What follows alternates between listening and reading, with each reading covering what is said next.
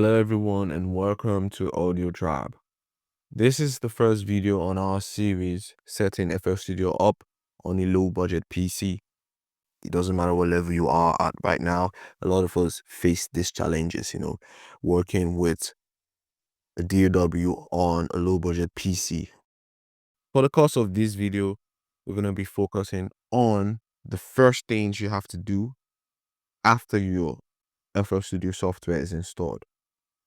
Put your drum samples into the software. Custom drum samples. FL Studio comes with a stock drum samples. They are not bad, but you would want to have your personal drum samples inside of FL Studio. So doing that, it's easy. If you use Windows 10, you can just drag the folder into FL Studio and drop it here. But if you're using Windows 11, you might have issues with drag and drop. You can just do this instead. You go to options, you go to file settings.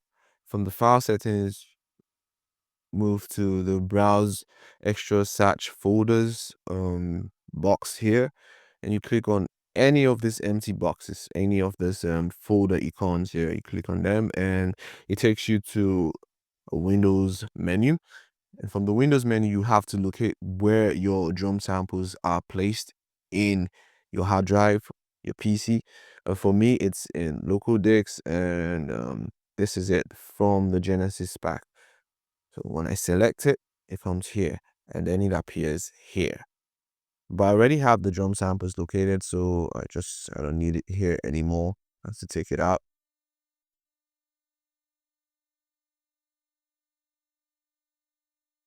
Take it out. The next thing you'd want to do is, if you have your plugins installed, you would want to scan for those plugins.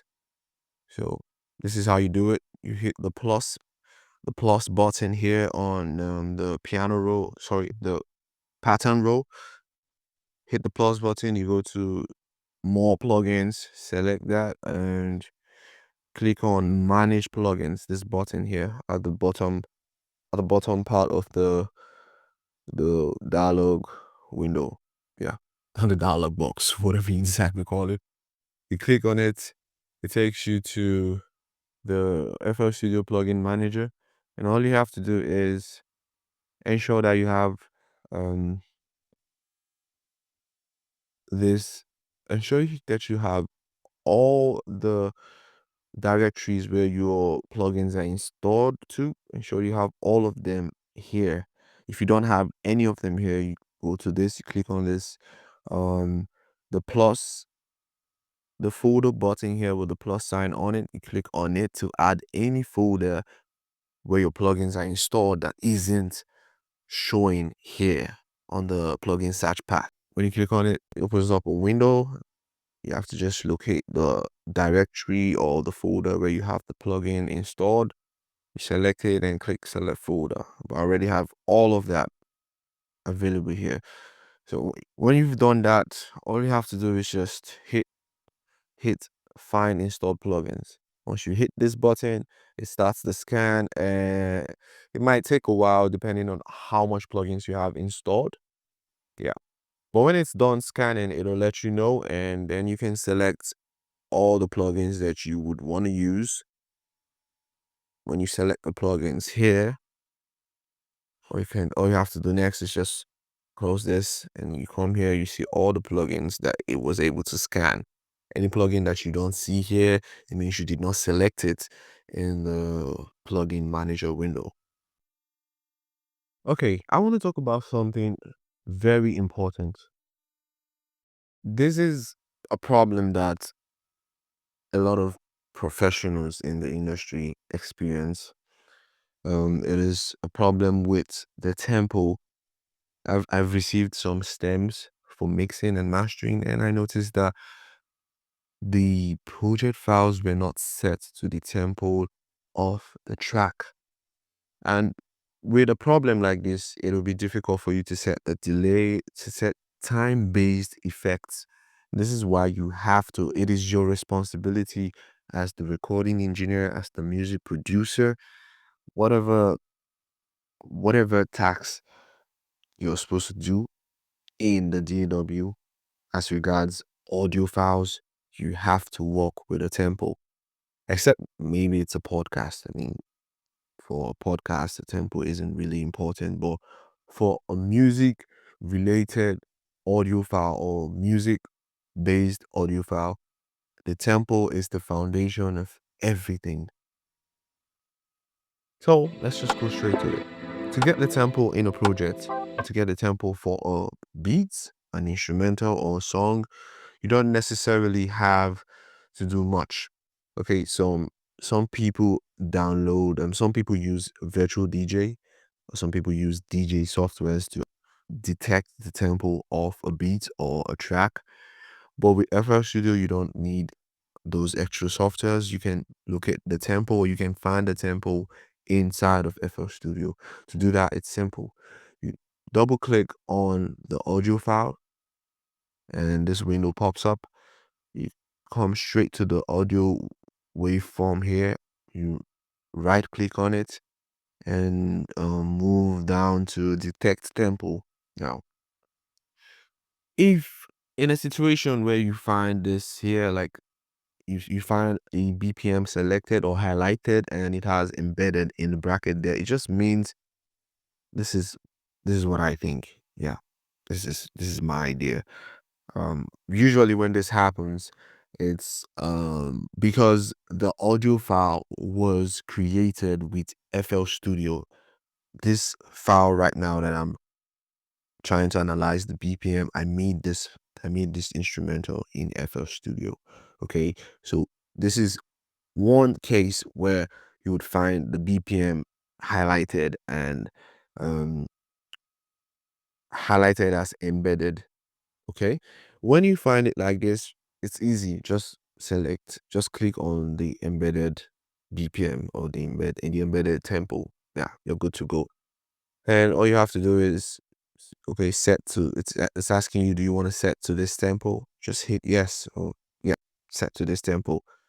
And it'll automatically set the tempo of the project based on the tempo that you analyzed from this particular audio track. In my case, this beat or instrumental. But in a situation where you go back to and try to analyze it and you don't find the BPM embedded here, all you have to do is you listen to the track, and when you listen to the track, you should be able to get an idea of the BPM range. Okay, so this might be difficult for newbies, for novices.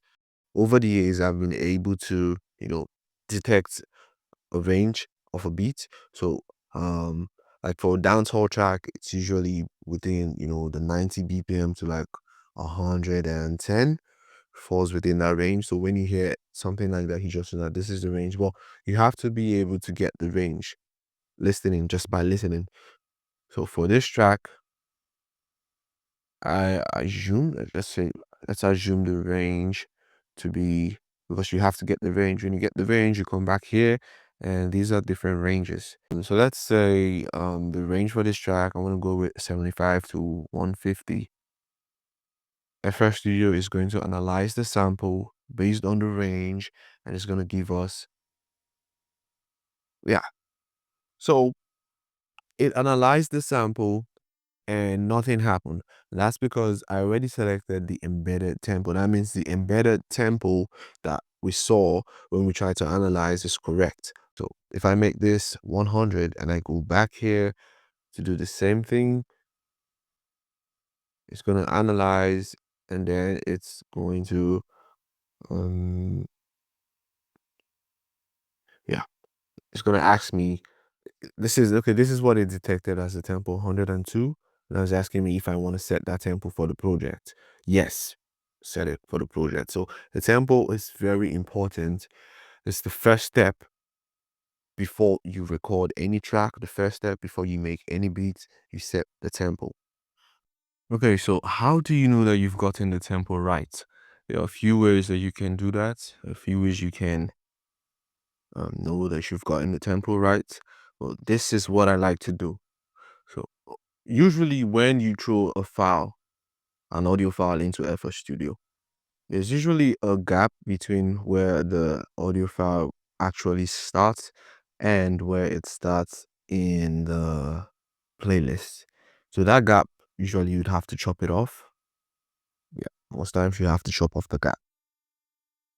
In this case, we already set the tempo to 102 BPM. So we're going to check if we actually got the tempo right. We're going to use the metronome. This is one tool that you can use to confirm that the project tempo is set to the right tempo, the actual tempo of the beat.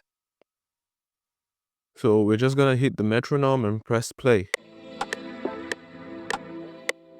Now, if you notice that the metronome is hitting with the beat, if the metronome is on beat with the track, then that means you set the right tempo for the project. But if you notice that the metronome is doing something else and the beat is doing something else, then you have to go back and adjust the tempo. It means that the tempo you selected or the range you selected is wrong or was wrong. Then another way you can do this, or one way you can do this without actually moving to the start of the track, you can just look for the first place the kick hits. As you can see, the first place the kick hits is supposed to hit on the line, it's supposed to hit on the beats here. But for our case, it doesn't hit there. So that also shows you that the metronome will not be on beat with the track. It means that we have to, in this case, we have to adjust the start time. So we have to adjust the clip here. You can do that easily. You go here, you select the knife tool or the slice tool, and you chop it right where the kick hits. Chop it there, and you switch to the pencil tool or the draw tool, take it off and adjust the kick till it's on the line. Now if we hit play, you notice that the metronome hits with the beat. It means that everything is in line. So this way, when you record on the track, it's easy for you to stay on beat and it's easy for you to put some time-based effects. But yeah, remember to extend this part back to the beginning. Yeah. So if we go back to the top, everything is in sync. So remember, most times when you drag an audio file into FL Studio to the playlist, there is a gap. Most times there's a gap between where the track actually starts and